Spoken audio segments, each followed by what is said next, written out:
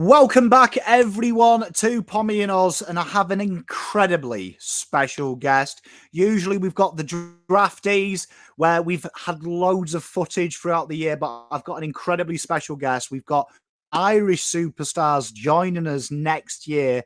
We've got the legend himself, Matt Duffy. Good day to you, Matt. How are you doing? Very good, thanks. Delighted to be here. Really excited. Oh, well, we're very excited about welcoming you to our club. And we've obviously seen a lot of footage. And obviously, you're coming from a different type of football. You're coming from Gaelic football. So, to the audience, can you explain what position you play in Gaelic football and what that kind of role looks like in a team environment? Yeah, so I suppose growing up, I was always in the forward line. So either half forward or full forward. So it's probably something similar to your game as well. And then I suppose at the age of 16 and 17, I kind of hit a really big growth spurt. So that kind of enticed managers to put me around the middle and stuff, to be there for like contested kickouts and that. So yeah, at the minute I suppose depending on the manager where they want to put me, I'm either midfield or half forward, sometimes full forward as well. So yeah, fairly similar I'd say to the AFL in terms of position and like how that would translate. But so yeah, it's a very intense game, isn't it? Because like the rules are slightly different. Like we don't have the tackling like we do, and you can't stand still when you mark. It's always play on. So that being said, what would you say your strongest asset is as a footballer back in Ireland? What would you say your super skills are?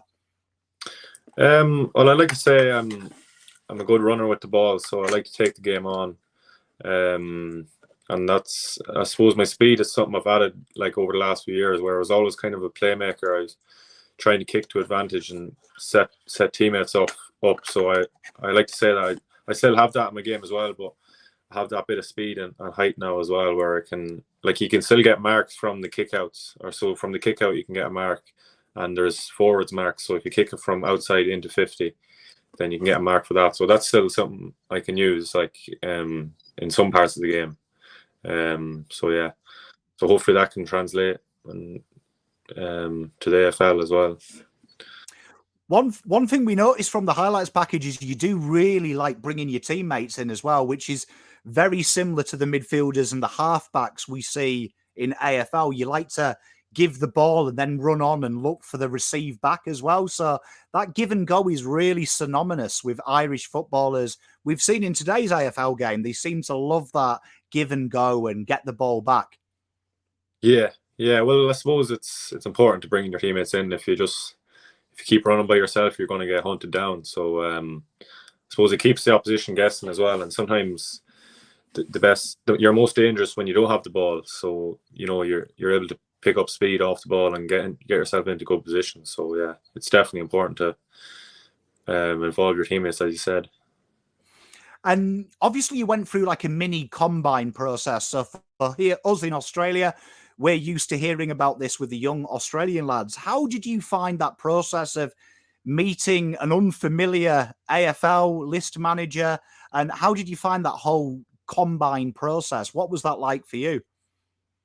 Yeah, well, the combine this in the last year or so has been a bit different to what it used to be. So in previous years, it might have consisted of, tests and jumps and like runs and this sort of very numerical kind of system, like where you're looking at numbers and stuff. But in the last year or so, it's more just sessions, like and just training, like similar to what a training session would look like. So handball and drills, like match simulations, this sort of stuff. So it was really enjoyable. Like and then in terms of meeting the list manager and meeting the lads, no, I didn't really feel like pressured or anything. They just were super welcoming and like really open about how challenging it would be as well. But yeah, no, they made me feel fairly welcome now, I must say. And even the message I've got from a lot of the Carlton fans so far, it's definitely all fairly welcoming so far. We're really looking forward, especially me being English. Obviously, England and Ireland have that big rivalry, but to me, you are like a welcome brother to all these Australians. It mixes it up for me. Yeah, well, I think when you go further from home, you start to forget about those rivalries. Like if we met each other in, I don't know, China or something, we'd kind of see each other as brothers. Whereas if we met in London or Dublin, like, it might not be the case. But yeah, hopefully it will be. It's good to have connections closer to home, I suppose, as you said. Just happy that you see me as someone that you can relate to as well. Oh no, we'll love it. It's a little taste of home for me. It's a long time since I've heard the Irish accent as well, so it does remind me of a bar in London. There's a lot of Irish guys down there. Yeah, hopefully there won't be a need for subtitles now. I don't know how understandable I am for the Australian ear, but hopefully be able to understand most of what I was saying here. You're fluent to me, mate. You're fluent to me. So if they understand me, they'll understand you. I think you'll be fine. Very good, very good. And you're talking about moving to Australia. What really excites you about the challenge of coming to Australia? Is there anything in particular that really stands out that you're looking forward to getting here and getting stuck into?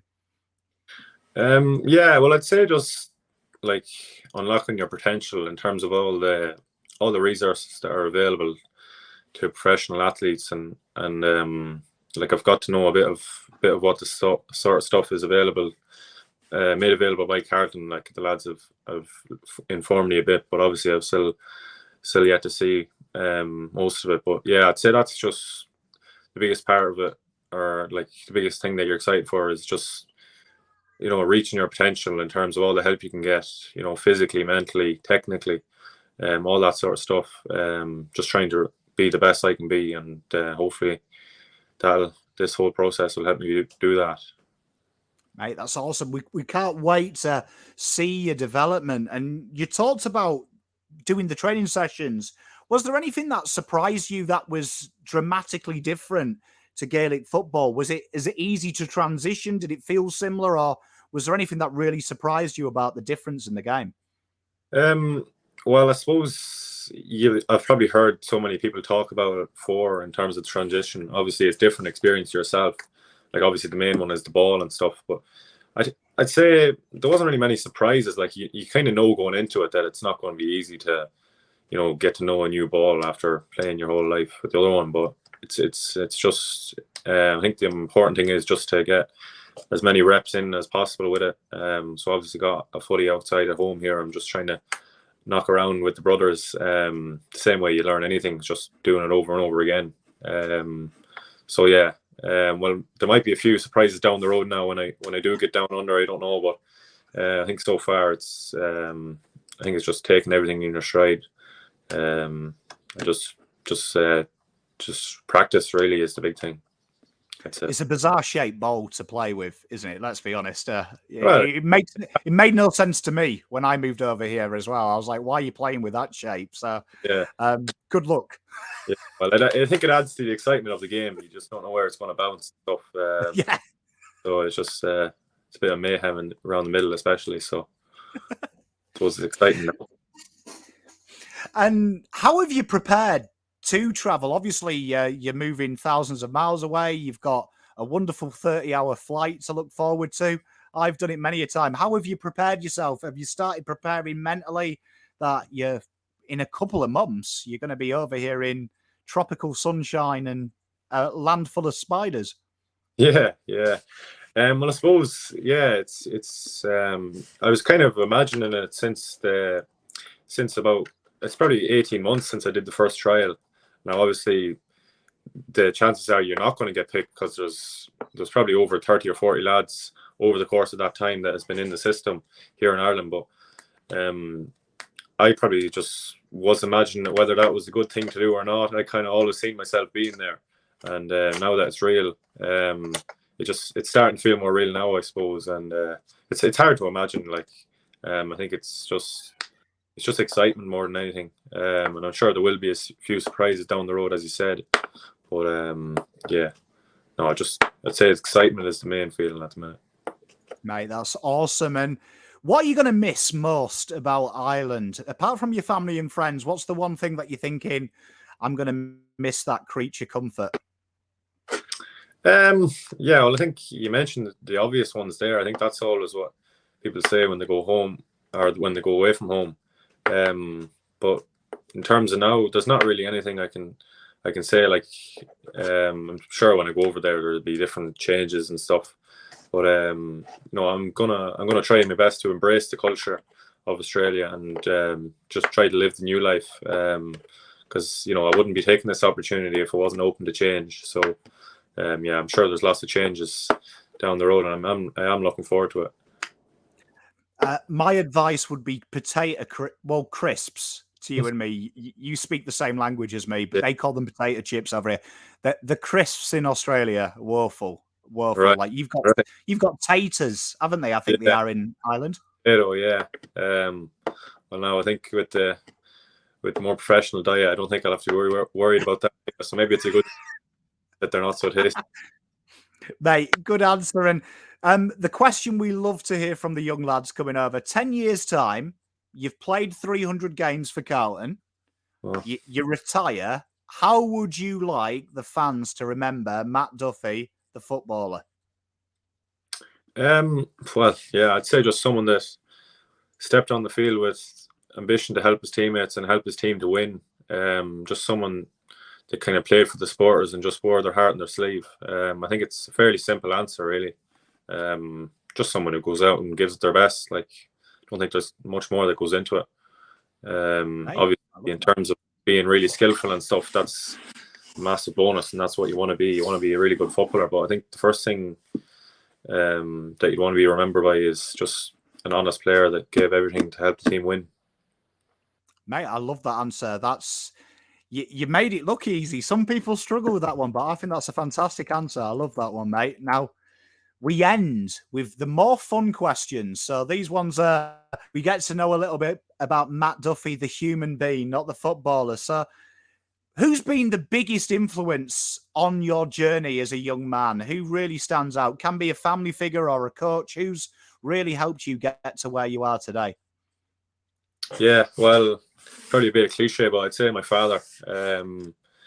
He was just super interested in football. Like, it was always Gaelic football. Like, I played soccer and rugby a lot over the years, and it gets to a point where you have to commit to one or other. But for me, it was just always Gaelic, and that's probably because of him mainly.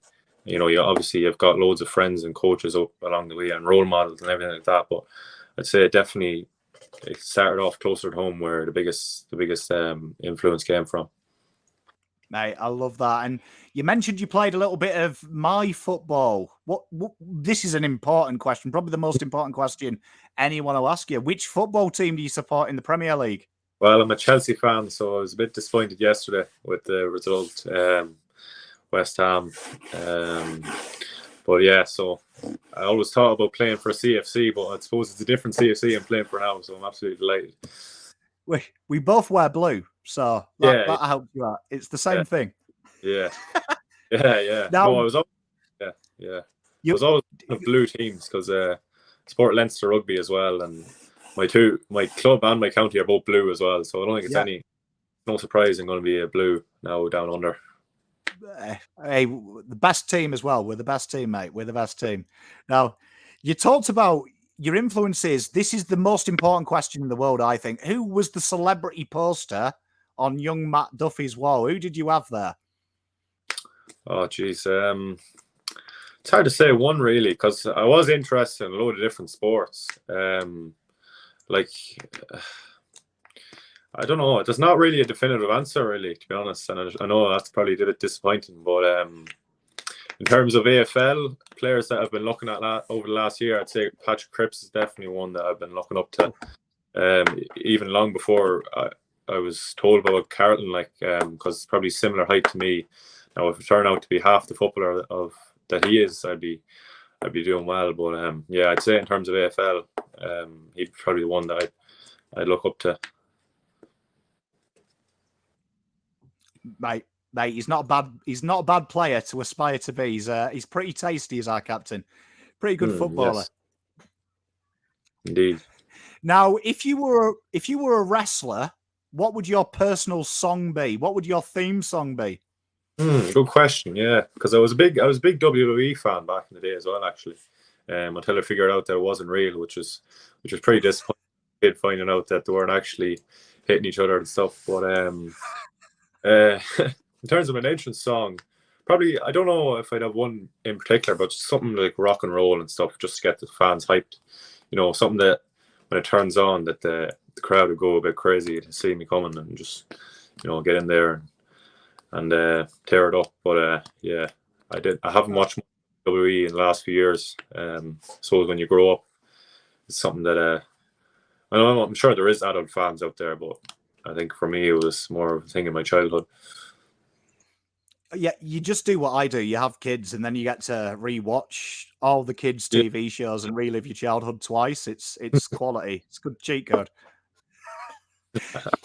Now, we talked about things you did as a childhood, but any TV star or movie character that you think you could play? So maybe Batman. Anyone could do George Clooney's Batman. Is there a TV star or movie character you think I'd be good at playing him?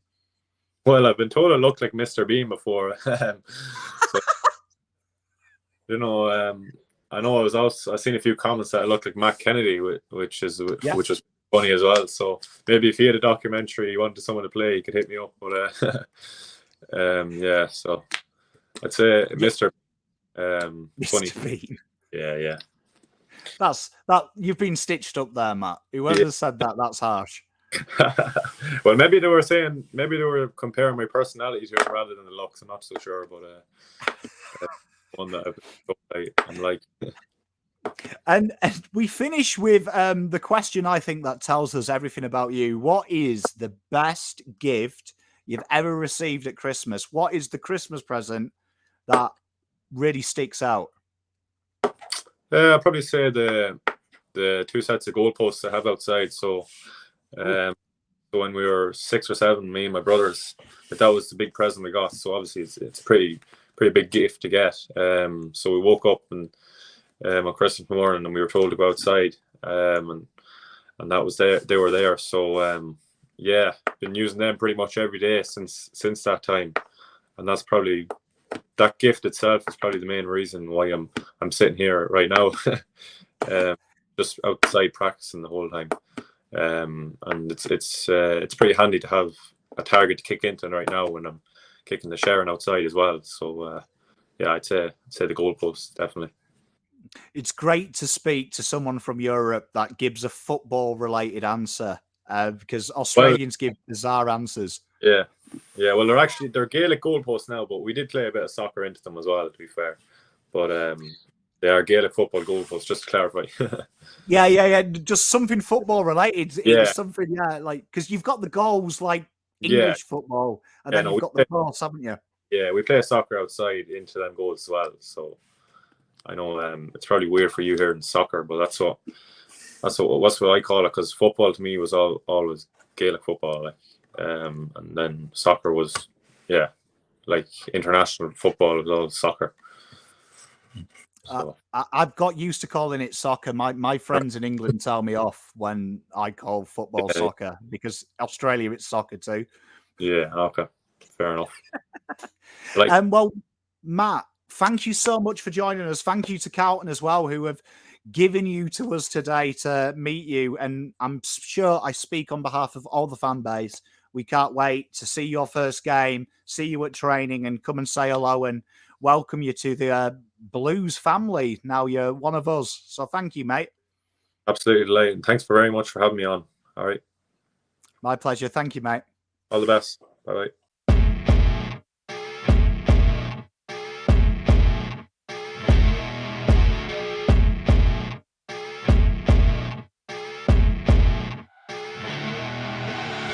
I see her rolling up, Uber black Cadillac, high heel boots and a sexy body full of tats. Baby's bad, oh baby's hella bad.